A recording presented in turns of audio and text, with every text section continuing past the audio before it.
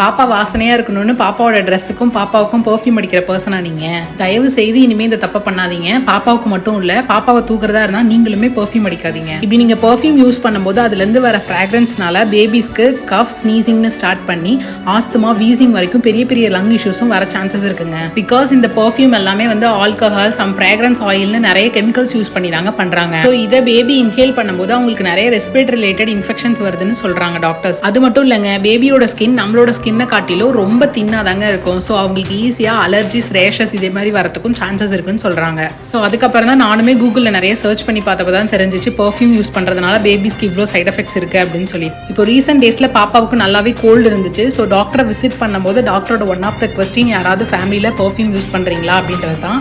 So பாப்பாவை நீங்கள் handle பண்ணுறீங்க அப்படின்னா கம்ப்ளீட்டாக பெர்ஃப்யூம் யூஸ் பண்ணுறதை அவாய்ட் பண்ணுங்கள். எனக்கு தெரிஞ்ச இந்த இன்ஃபர்மேஷனை உங்கள் கூட நான் ஷேர் பண்ணணும்னு நினச்சேன். ஸோ தட் இந்த வீடியோ உங்களுக்கு இன்ஃபர்மேட்டிவாக இருந்துச்சுன்னா உங்களுக்கு தெரிஞ்சவங்களுக்கு கண்டிப்பாக ஷேர் பண்ணுங்கள்.